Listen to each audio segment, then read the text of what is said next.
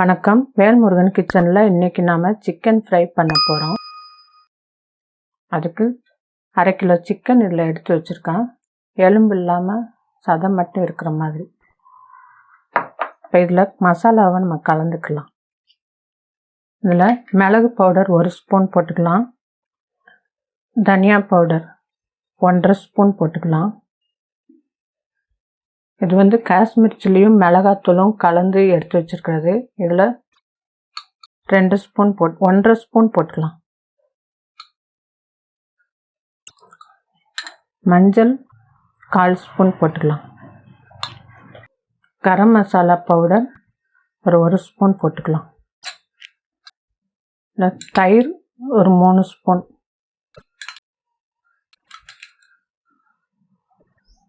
அரை லெமனை பிழிஞ்சி ஜூஸ் எடுத்து வச்சுருக்கேன், அதையும் இதில் ஊற்றிடலாம். உப்பு ஒரு 3/4 ஸ்பூன் போட்டுக்கலாம். நல்லா கலந்து விட்டு ஃபுல்லாக சதையெல்லாம் எல்லா இடத்துலையும் மசாலா படுற மாதிரி நல்லா பரட்டி வச்சிடலாம். இதை நான் ஃபஸ்ட்டு முதல்ல ஒரு விசில் குக்கரில் விட்டுட்டு அதுக்கப்புறம் தான் நம்ம ஃப்ரை பண்ண போகிறோம். அதுக்கு முன்னாடி இதை ஒரு 2 மணி நேரம் 3 மணி நேரம் ஊற வச்சலாம். உங்களுக்கு எப்படி டைம் கிடைக்குதோ அதுக்கேற்ற மாதிரி நல்லா ஊற விட்டுருங்க. இது கிளறி எடுத்துகிட்டு லைட்டாக நாக்கில் தொட்டு பாருங்கள், உப்பு காரம் கரெக்டாக இருக்கான்னு பாருங்கள். காரம் உப்பு கரெக்டாக இருந்ததுன்னா விட்டுருங்க, இல்லைன்னா தேவைன்னா நம்ம சேர்த்துக்கலாம். இதுவே கரெக்டாக இருக்கும். நல்லா மசாலாவை எடுத்து விரலை எடுத்து நல்லா உள்ளே இதுக்குள்ளெல்லாம் நல்லா போட்டு இது பண்ணி விட்டுடலாம். நம்ம அப்படியே ஃப்ரை பண்ணாமல் நம்ம ஏன் ஃபஸ்ட்டு ஒரு விசில் குக்கரில் வச்சு இது பண்ணுறோன்னா உள்ளே நல்லா மசில்ஸ் எல்லாம் நல்லா வெந்து போயிடும். உப்பு காரம் எல்லாம் இறங்கி நல்லா வெந்திருக்கும். அதுக்கப்புறம் நம்ம கடாயில் எண்ணெய் விட்டு நல்லா ஹை ஃப்ளேமில் வச்சு அப்படி ரோஸ்ட் பண்ணி எடுத்தால் போதும், ரொம்ப நல்லாயிருக்கும். இப்போ இதில் ஃபஸ்ட்டு சொல்ல மறந்து போயிட்டேன், இஞ்சி பூண்டு பேஸ்ட்டு போட மறந்து போயிட்டேன். இதில் 1 ஸ்பூன் இஞ்சி பூண்டு பேஸ்ட் சேர்த்துக்கலாம். குறைஞ்சது இதை ஒரு 3 மணி நேரம் நல்லா ஊற விட்டுறணும், அப்படின்னா தான் ரொம்ப நல்லாயிருக்கும். முடிஞ்சால் நைட்டே ஊற வச்சுருங்க. ஃப்ரிட்ஜில் நல்லா இது மாதிரி பிசைஞ்சு எடுத்து ஃப்ரிட்ஜில் வச்சுருங்க. அடுத்த நாள் நீங்கள் செய்யும்போது நல்லாயிருக்கும். நீங்கள் எப்படியே ஊற வச்சு எடுத்து வச்சிடலாம். இப்போ சிக்கன் ஃப்ரை பண்ணுறதுக்கு சிக்கன் ஊற வச்சுருக்கோம், நல்லா ஊறிடுச்சு. இதை குக்கரில் ஒரு விசில் மட்டும் விட்டு எடுத்துக்கலாம்.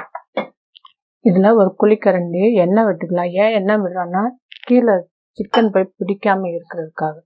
சிம்மில் வச்சு ஒரு விசில் மட்டும்தான் விட போகிறோம். சிக்கன் பீஸுங்களை உள்ளே சேர்த்துடலாம்.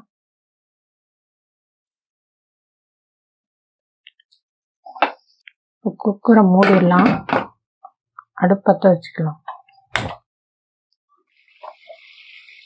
குக்கர் சத்தம் வந்துச்சு, வெயிட்டு போட்டு ஒரு விசில் மட்டும் வெயிட் போட்டோம், மீடியமாக வச்சுலாம் அடுப்பை.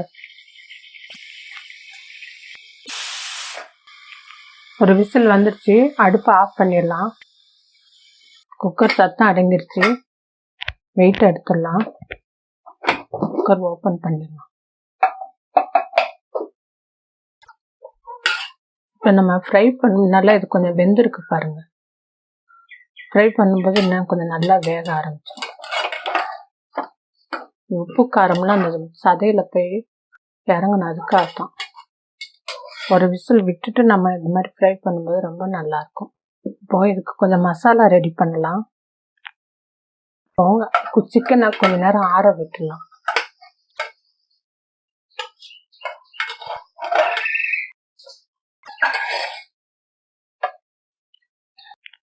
ஏற்கனவே இதில் இஞ்சி பூண்டு பேஸ்ட்டு மிளகாத்தூள் எல்லாம் சேர்த்துருக்கோம். இப்போ ஒரு கோட்டிங் மேலே கொஞ்சம் திக்காக இருக்கிறதுக்காக நம்ம கொஞ்சம் மசாலா சேர்த்துடலாம். தயிர் 1 ஸ்பூன் ஊற்றிக்கலாம். இந்த ஸ்பூனுக்கு ஏற்கனவே அதுலேயும் தயிருக்கு இதில் 1 ஸ்பூன் ஊற்றிடலாம். உப்பு ஒரு 1/2 ஸ்பூன் போட்டுக்கலாம். கரம் மசாலாத்தூள் ஒரு 1/2 ஸ்பூன். காரத்துக்கு ரெட் சில்லி பவுடரும் மிளகாத்தூளும் கலந்த மசாலா பவுடர் இதில் 1 ஸ்பூன் போட்டுக்கலாம். இதில் 1 ஸ்பூன் கார்ன்ஃப்ளவர் பவுடர் போட்டுக்கலாம். அரிசி மாவு, நம்ம இடியாப்பத்துக்கு இதுக்கெல்லாம் அரைச்சி வச்சுருப்போம் அந்த மாவு. அரிசி மாவு நமக்கு தேவை, 2 ஸ்பூன் இதில் சேர்த்துக்கலாம். இதில் ஓட்ஸ் 2 ஸ்பூன் சேர்த்துக்கலாம். இப்போ இதை நல்லா பிரட்டி விட்டுக்கலாம். இப்போ நம்ம எண்ணெய் விட்டு இந்த சிக்கனை வேக வச்சோம் இல்லையா, அதுலேயே லைட்டாக நம்ம கொஞ்சம் இந்த ஆயில் அதில் ஊற்றிடலாம். கொஞ்சமாக அது பேஸ்ட் ஆகிற மாதிரி இருக்கிறதுக்காக.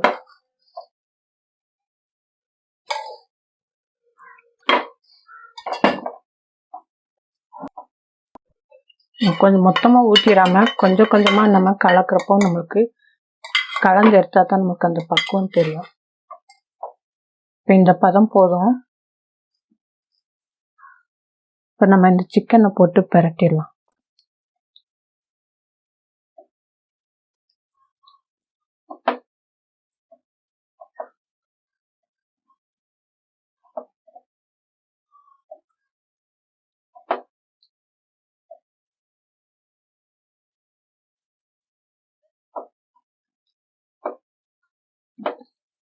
நல்லா மசாலா எல்லா இடத்துலையும் படர்ற மாதிரி அந்த ஓட்ஸ் பவுடரு அரிசி மாவு எல்லாம் நல்லா படர்ற மாதிரி இதில் நல்லா பிசைஞ்சு விட்டுறணும். பெரிய பீஸுன்றனால நான் தனியாக தடவுனா இதெல்லாம் நம்ம மொத்தமாக போட்டு பரட்டிடலாம்.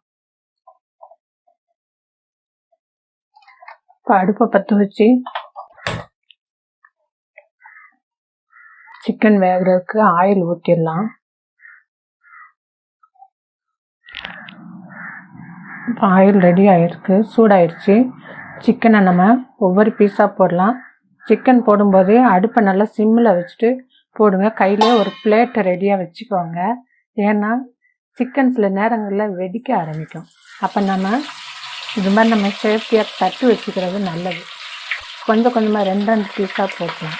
ஃபஸ்ட்டு காலை ஃப்ரை பண்ணிடலாம். ஏன்னா நம்ம ஏற்கனவே வேக வச்சதுனால மேல் கோட்டிங் மட்டும்தான் நம்ம ஃப்ரை பண்ண போகிறோம். உள்ளே நல்லா ஜூஸியாக இருக்கும், மேலே சாப்பிட்றதுக்கு மொறுமொறுன்னு இருக்கிற மாதிரி பண்ணணும். உடனே கிளறி விடக்கூடாது, கொஞ்சம் அப்படியே விட்டுருங்க. எதுக்கும் கையில் தட்டு ரெடியாக வச்சுக்கோங்க. கால் பகுதியெல்லாம் நல்லா ஆயிலில் படுற மாதிரி இது பண்ணுங்க. நம்ம லெக் பீஸை ஃப்ரை பண்ணும்போது இடையில அது ஒரு மாதிரி நரம்பு மாதிரி இருக்கும். அதுதான் நம்மளுக்கு பட்டு பட்டுன்னு வெடிக்கிறது. குட்டி பீஸை நம்ம கொஞ்சம் பயம் இல்லாமல் சீக்கிரம் வறுத்துடலாம். இப்போ லைட்டாக திருப்பி விடலாம். நல்லா ஒரு பக்கம் ரோஸ்ட் ஆகிடுச்சு. இப்போ இன்னொரு பக்கம் திருப்பி விட்டுட்டு ஒரு 2 நிமிஷம் கழித்து எடுத்துடலாம். நம்ம இந்த லெக் பீஸ்ன்றனால நம்ம கொஞ்சம் திருப்ப செய்ய கொஞ்சம் கஷ்டமாக இருக்கும். சின்ன சின்ன பீஸ்னால் ஈஸியாக திருப்பிடலாம். இப்போ ஏன் நம்ம சின்ன கடாயாக வச்சுருக்கோன்னா, நம்ம சிக்கன் இதெல்லாம் நம்ம பண்ணுறதுனால ஆயிலை நம்ம கொஞ்சமாக ஊற்றி ஃப்ரை பண்ணி எடுக்கணும். அடுத்து நம்ம இதை ஒரு 2-3 நாளில் இந்த ஆயிலை எதுக்காக யூஸ் பண்ணி முட்டை இதெல்லாம் கவிச்சி செய்யும்போது யூஸ் பண்ணி காலி பண்ணிடணும். ஏன்னா மற்றதுக்கு நம்ம இதை ரொம்ப நாள் வச்சு நம்ம உருளைக்கிழங்கு நம்ம சிப்ஸ் இதெல்லாம் செய்கிறோம்ல, முறுக்கெல்லாம், அந்த ஆயில் ஒரு வாரம் கூட நம்ம வச்சுக்கலாம். தாளிக்கிறதுக்கு தோசைக்கு ஊற்றுறதுக்கு வச்சுக்கலாம். இதை நம்ம அப்படி யூஸ் பண்ண முடியாது. அதனால் லிமிட்டாக சின்ன கடாயில் கொஞ்சமாக ஆயில் விட்டு, இப்போ நம்ம இந்த சின்ன கடாயின்றனால இவ்வளோ உயரத்துக்கு வந்திருக்கு. கொஞ்சம் ஆயிலேவும் கொஞ்சம் கொஞ்சமாக ஃப்ரை பண்ணி எடுக்கணும். நல்லா ஃப்ரை ஆகிடுச்சு, எடுத்துடலாம். இப்போ மற்ற பீஸ்களையும் நம்ம போட்டுடலாம்.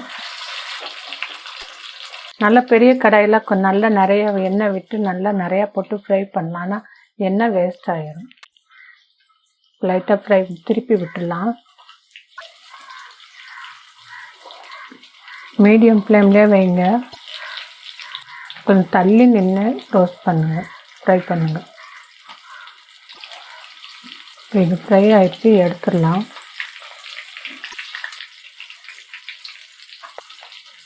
இப்போ மீதியும் நான் ஃப்ரை பண்ணிட்டு நான் லாஸ்ட்டு காட்டுறேன். இப்போ இதை ஃப்ரை பண்ணும்போது இதில் மசாலா கொஞ்சம் கிண்ணத்தில் இருக்கும், அதோடு சேர்த்து பெரட்டி எடுத்து அதுக்கப்புறம் இதில் போட்டு விட்டுடலாம்.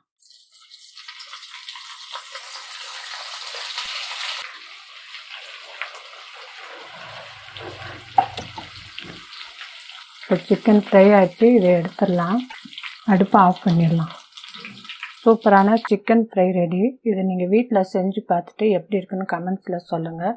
நம்ம சேனலை லைக் பண்ணுங்கள், ஷேர் பண்ணுங்கள், மறக்காமல் சப்ஸ்கிரைப் பண்ணுங்கள்.